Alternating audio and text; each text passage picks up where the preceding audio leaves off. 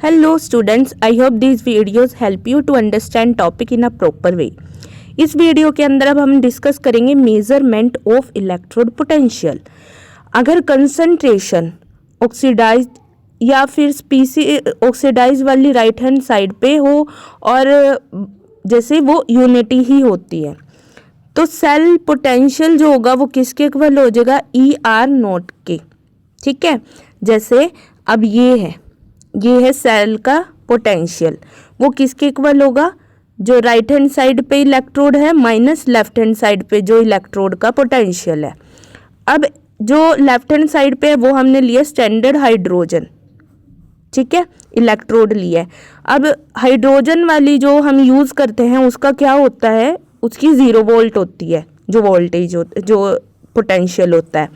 अगर वो 0 हुआ तो जो टोटल जो सेल का जो EMF आएगा वो किसके इक्वल आएगा, E0R के, जो राइट हैंड साइड पे हम कंसीडर कर रहे हैं उसके इक्वल आएगा। आगे नेक्स्ट जो है ये एग्जाम्पल के साथ बताया हुआ है। जैसे हमें मेज़र करना है, ये वाली रिएक्शन है और EMF मेज़र करना है। सो जो कॉपर का होगा उसी के ही इक्वल क्या होगा, सेल का जो EMF होगा वो होगा। ठीक है, अब कॉपर का ये आ गया, ऐसे ही ये वाली है तो जिंक के लिए ये वैल्यू होती है तो ये कंसीडर कर ली। अब पॉजिटिव और नेगेटिव वैल्यू में डिफरेंसेस क्या आ जाते हैं वो हम स्टडी करेंगे। देखो ये कहता है कि जो पॉजिटिव वैल्यू है स्टैंडर्ड इलेक्ट्रोड पोटेंशियल की जो फर्स्ट केस में आई है, यानी कि यहाँ पे वो इंडिकेट करती है कि जो कॉपर के आयन है, ठीक है, वो रिड्यूस हो रहे हैं easily than H positive ion, कि H पॉजिटिव आयन से इजीली कॉपर के आयन्स जल्दी रिड्यूस हो रहे हैं, और जिसकी वजह से जो रिवर्स प्रोसेस होती है वो अक्कर नहीं करती है और हाइड्रोजन आयन्स जो हैं वो ऑक्सीडाइज नहीं होते हैं।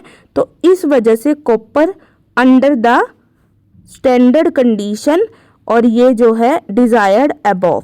ठीक है, सो ये यही चीज बोल रही है कि यही वजह होती है कि कॉपर डिसॉल्व नहीं होती है HCl के अंदर। ठीक है, उसका रीज़न ये है, अगर ये पूछा जाए कि कॉपर क्यों नहीं डिसॉल्व होती है HCl के अंदर, तो वो इसलिए डिसॉल्व नहीं होती है क्योंकि जब हम कॉपर को लेते हैं, जब हाइड्रोजन और कॉपर में वो चलती है सेल के अंदर, हम रिएक्शन कराते हैं तो वो पॉजिटिव वैल्यू देता है, जिसकी वजह से क्या होता है, वो यही इंडिकेट कर रही है कि कॉपर 2 पॉजिटिव आयन जो है रिड्यूस हो जाते हैं इजीली और H पॉजिटिव आयन्स नहीं होते हैं। नेक्स्ट फिर बात आती है नेगेटिव पोटेंशियल की।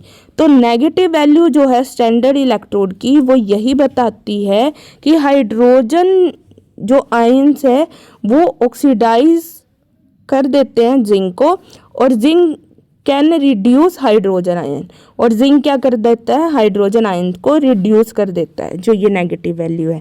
ठीक है, अब आपको पता चल गया कि नेगेटिव वैल्यू का मीन्स क्या है। अगर हम हाइड्रोजन पोटेंशियल के स्टैंडर्ड हाइड्रोजन इलेक्ट्रोड को कंसीडर करके 2 इलेक्ट्रोड में जब हम रिएक्शन कराते हैं, और या फिर जब पॉजिटिव वैल्यू आए हाइड्रोजन जो इलेक्ट्रोड है उसको कंसीडर करके और दूसरी मेटल इलेक्ट्रोड के साथ, तो उसका क्या रीज़न होता है और मतलब क्या होता है। ठीक है, आई होप आपको ये समझ आया हो। Have a good day, thank you.